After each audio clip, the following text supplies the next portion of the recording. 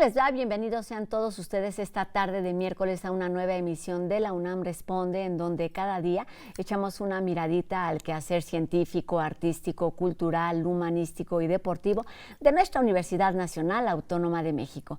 Y hoy, como cada tarde, les recordamos que nuestras vías de comunicación están abiertas para que nos hagan llegar sus dudas, sus comentarios y sigamos haciendo juntos este programa informativo.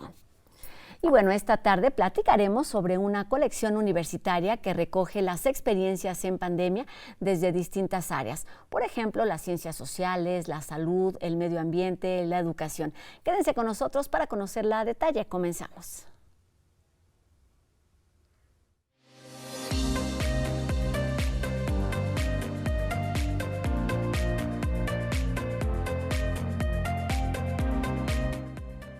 La década COVID en México, los desafíos de la pandemia desde las ciencias sociales y las humanidades, es el nombre de esta colección en la que se incluyen 15 tomos que reúne, como ya les decía, pues las experiencias y las reflexiones de algunos de los científicos y humanistas más destacados de nuestra universidad, quienes vieron también en la pandemia por COVID-19 la oportunidad de compartir cómo desde nuestra universidad se enfrentó este grave problema de salud mundial.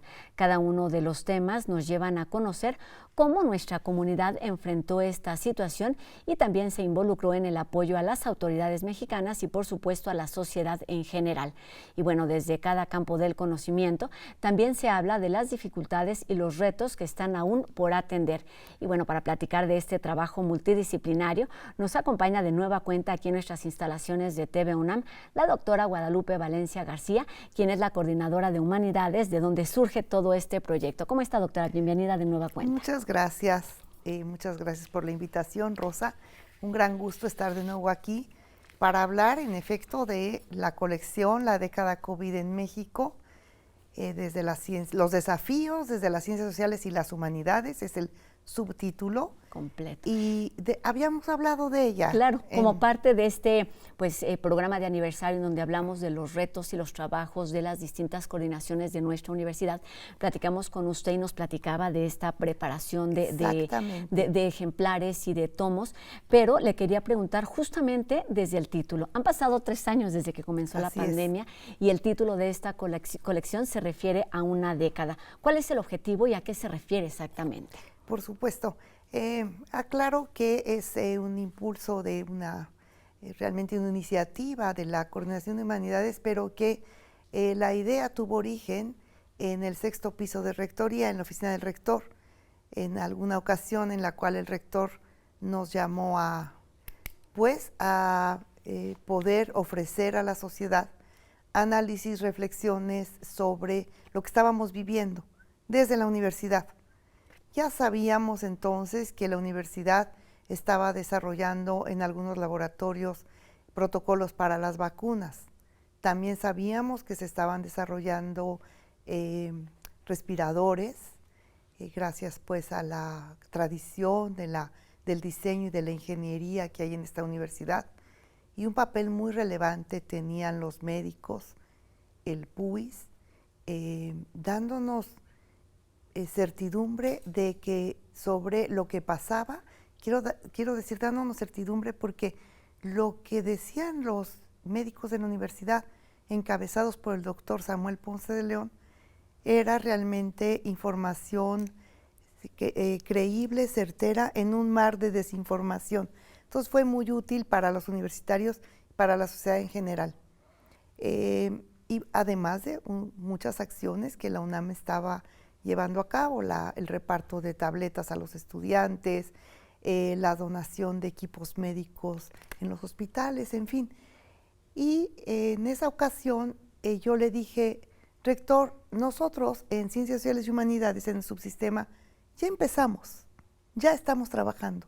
Ya teníamos entonces un sitio en la página de la Dirección de Divulgación de las Humanidades, un sitio COVID, en donde ya en ese momento, estoy hablando del 2020, 21, sí, 21, claro, ya teníamos muchos materiales a disposición, de todo tipo.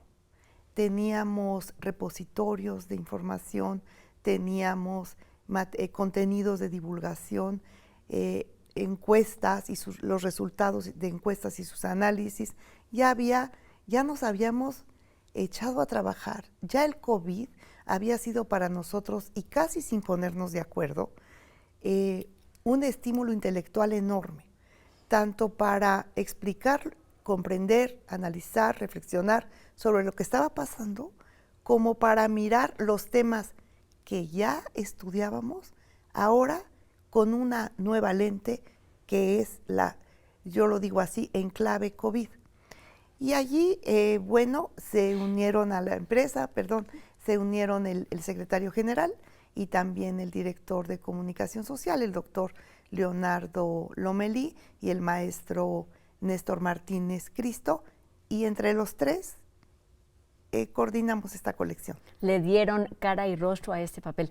Doctor, es que estaba pensando justamente en que parecen cosas distintas, es decir, en el momento en el que surgió la emergencia, aquí en este programa hicimos como también todo este recuento Así día es. con día, pero este trabajo implica una mirada distinta, es decir, no solo el reaccionar en el momento con médicos, con investigaciones, con actividades artísticas, con información que en verdad fue indispensable para brindar certidumbre a la comunidad y a la sociedad.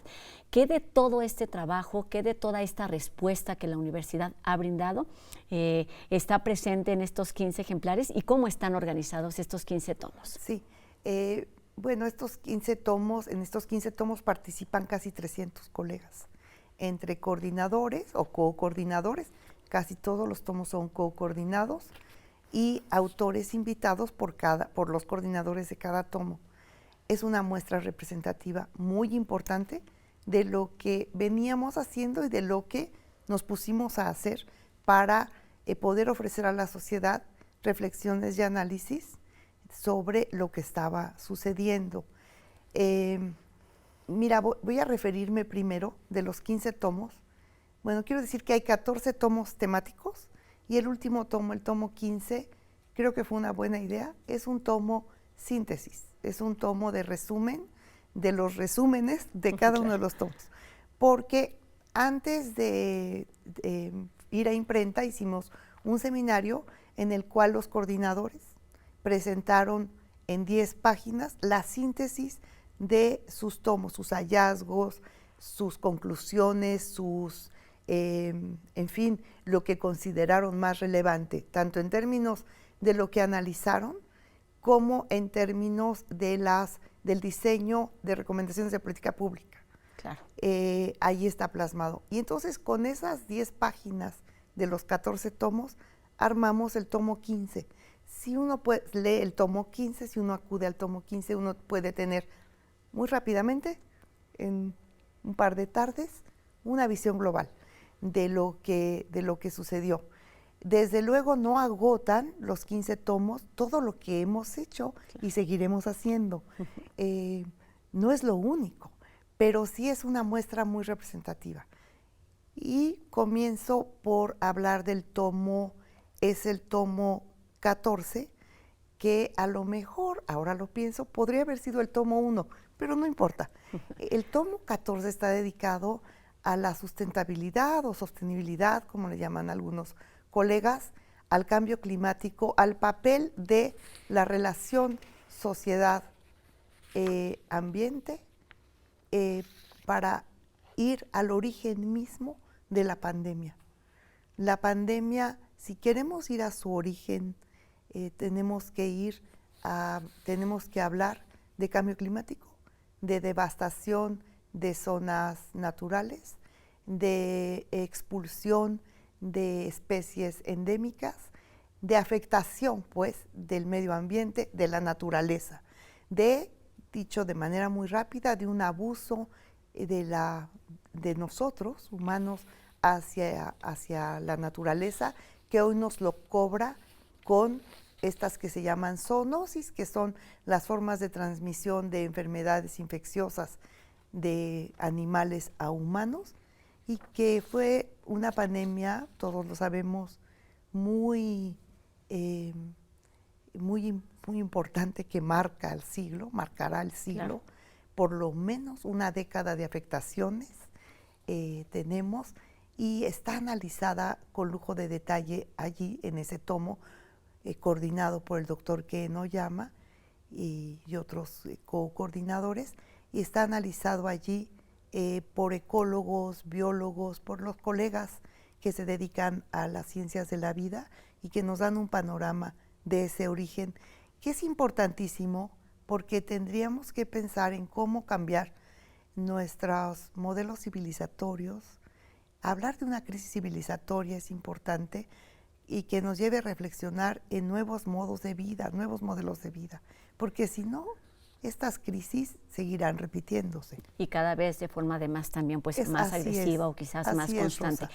Doctora, por supuesto nos falta hablar de todos los otros temas que están en cada uno de los tomos, pero menciona algo muy importante. Se trata de un tomo es temático, pero se hace ahí pues un análisis, una reflexión, pero también se vuelve un poco un recuento, una evaluación, pero también un mapa, una guía de hacia dónde seguir. ¿Cómo están conformados, digamos, estos diferentes tiempos de lo que es una pandemia? Porque aún no termina justamente este trabajo que ha hecho y que seguirá realizando nuestra universidad. Así es. Bueno, el tomo, estoy ahora de atrás para adelante, ese fue el tomo 14, el tomo 13 es la crisis sanitaria. Y allí el doctor Samuel Ponce de León y junto con el doctor Mauricio Rodríguez como coordinadores hacen un análisis muy pormenorizado de lo que fue la crisis sanitaria, que fue pues nuestra primera preocupación. Pero una crisis sanitaria no se explica solo en términos epidemiológicos o de infectología o del entendimiento cabal de las causas, los síntomas y los remedios, las vacunas en este caso, para sortear crisis como esta. El componente social pues está siempre presente. ¿Con qué sistemas de salud contábamos, no solo en México, en el mundo entero, para sortear crisis como estas? ¿Qué afectaciones tuvieron los tratamientos de otras enfermedades que se tuvieron que ver pospuestos estos tratamientos en todo el mundo para poder atender esta emergencia? Fue una emergencia mundial, una emergencia sanitaria. Entonces, eso se analiza allí y después los otros 12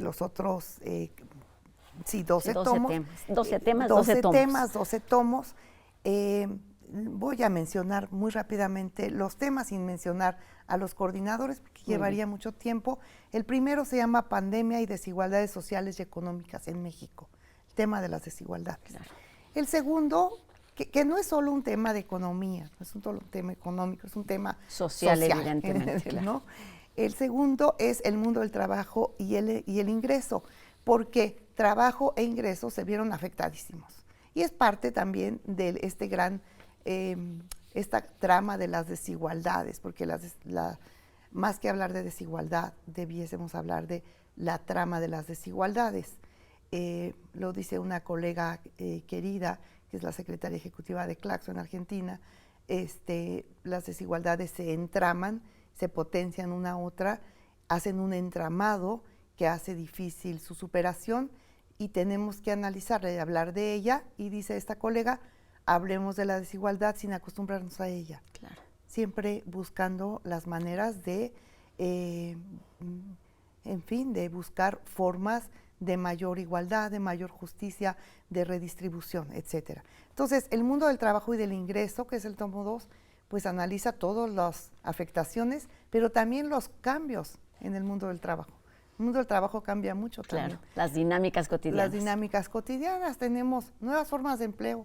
Te menciono solo una que es visible en todas nuestras calles, el reparto, las motocicletas, los motociclistas haciendo entregas. En fin, las grandes empresas mundiales haciendo repartos en todo el mundo. En todo momento. Y con empleos muy precarios, trabajos muy precarios. El tomo 3 es sobre las afectaciones de la pandemia a las poblaciones rurales en México.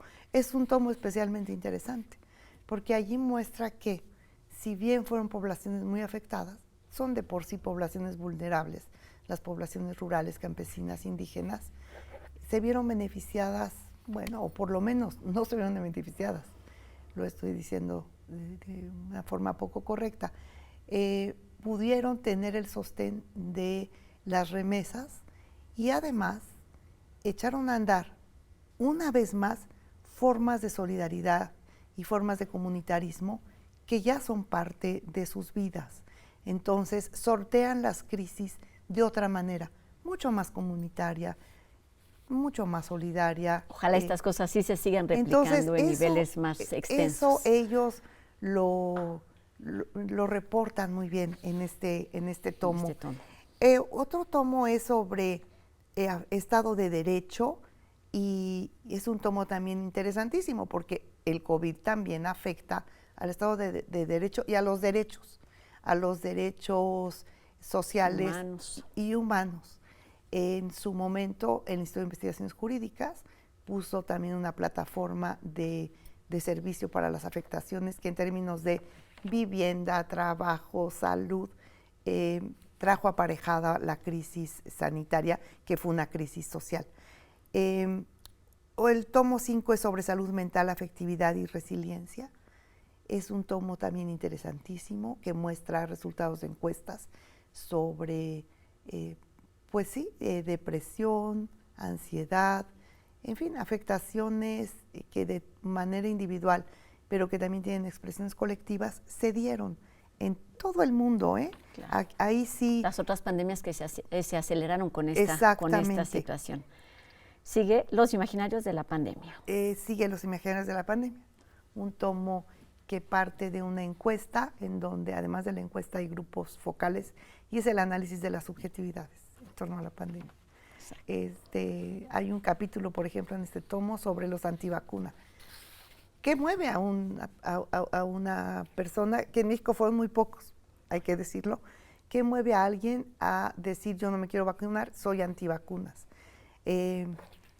Los tenemos, personas que no se vacunaron de todos los sectores sociales y con todos los niveles de educación. O sea, no es privativo, no es un fenómeno de ignorancia ni mucho menos, sino que hay allí razonamientos muy interesantes, como los hay también de las percepciones sobre el COVID en términos de el miedo que genera a la sociedad, dentro de las familias, etcétera. Es un tomo interesante. Doctora, nos vamos a ir muy rápido con los temas porque nos quedan menos de 2 minutos y quería hacerle además una pregunta para terminar. Vamos muy rápido. Después viene el de muy ligado al Estado de Derecho, el de derechos humanos. ¿Cuáles son las afectaciones a los derechos humanos? ¿Qué es lo que tiene que prevalecer para la defensa de los derechos humanos en una situación como esta? Democracia en tiempos difíciles es otro tomo interesantísimo.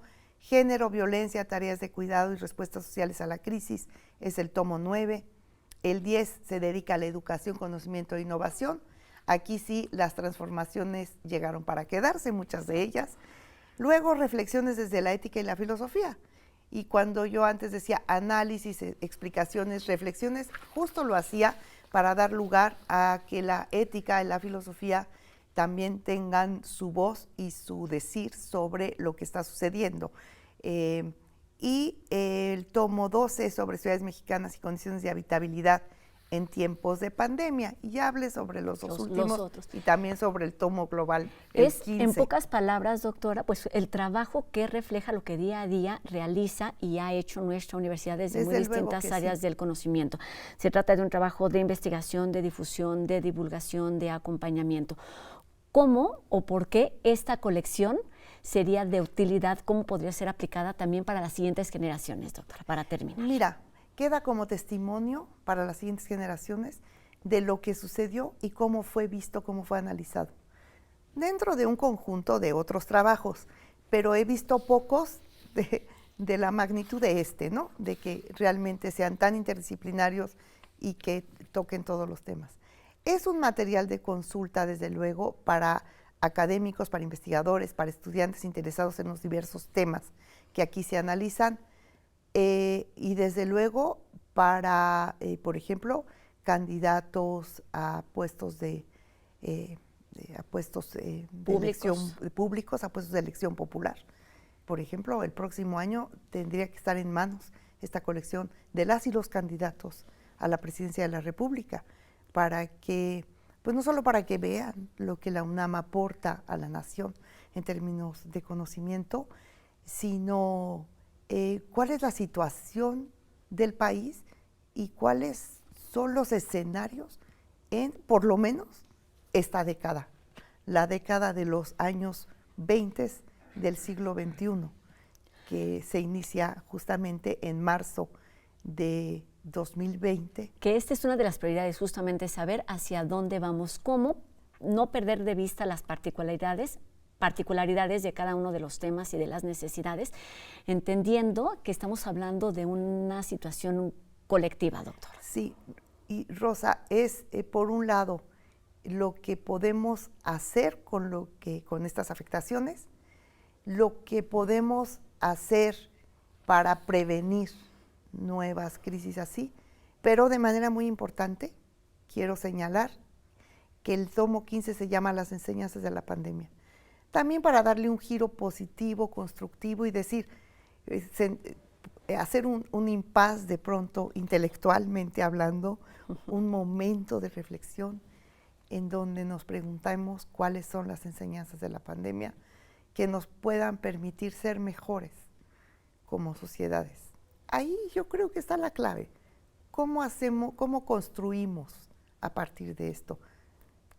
Y es ahí donde esta colección se vuelve, me parece, una colección valiosa, un trabajo espejo para mirarnos nosotros a partir de las reflexiones y de las experiencias y los aprendizajes de todos y cada uno de los científicos universitarios. Rosa, y está disponible para todo el público en la página de la coordinación. Exacto. Allí hay un sitio súper amigable en donde podemos consultarlos. Se puede consultar todo. Y además está a la venta también la colección completa, porque es un documento que vale la pena completa.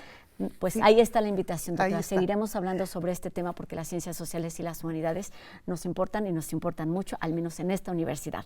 Muchísimas gracias, doctora Guadalupe Valencia, coordinadora de Humanidades, y muchísimo éxito con esta colección dedicada y llamada La década COVID en México. Buenas tardes. Muchísimas gracias, Rosa, y los invito al público que nos sigue, tanto al público universitario como a quienes nos suelen seguir, tu gran programa, pues a que le echen una mirada. A que hagamos comunidad a través de esta colección también. Y bueno, nosotros cambiamos de tema. Tenemos más información porque la Feria Internacional del Libro de Guadalajara ya calienta motores para su edición 2023, en donde la Unión Europea será la invitada de honor. Se trata de la primera ocasión en que los 27 países miembros de esta comunidad participen en un evento cultural de talla internacional.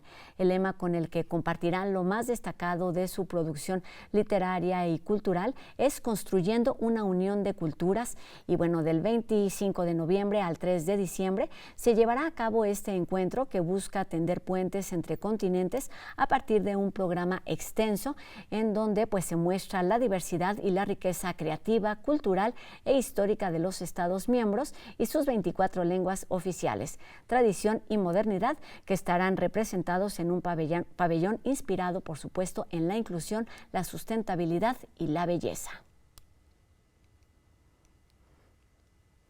Y ahora cambiamos de tema para escuchar la reflexión de Jacobo Dayan sobre el asesinato de 2 sacerdotes jesuitas en la Sierra Tarahumara de Chihuahua, que sucedió hace justamente un año.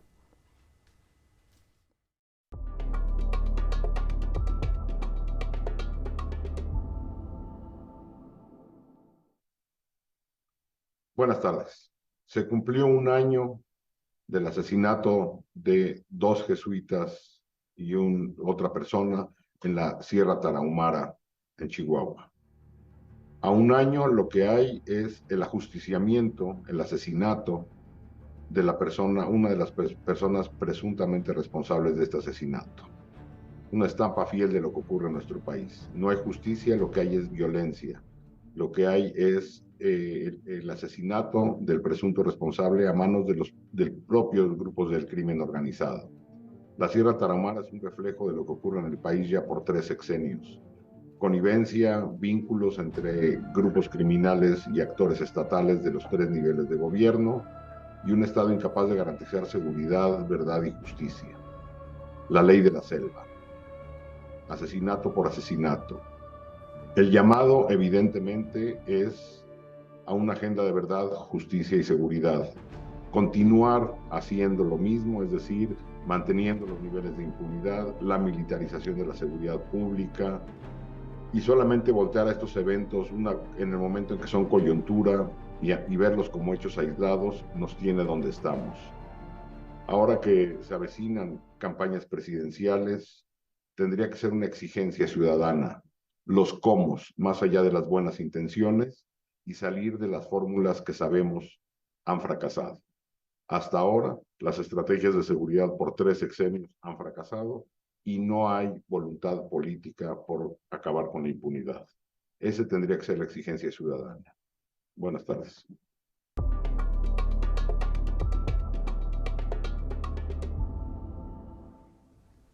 Con esto terminamos nuestro programa de hoy, agradeciendo a Ricardo Iturbe en la lengua de señas y agradeciéndoles a todos ustedes que nos hayan acompañado. Los esperamos el día de mañana en una nueva emisión de La UNAM Responde, 2:30 de la tarde, por TV UNAM. Adiós.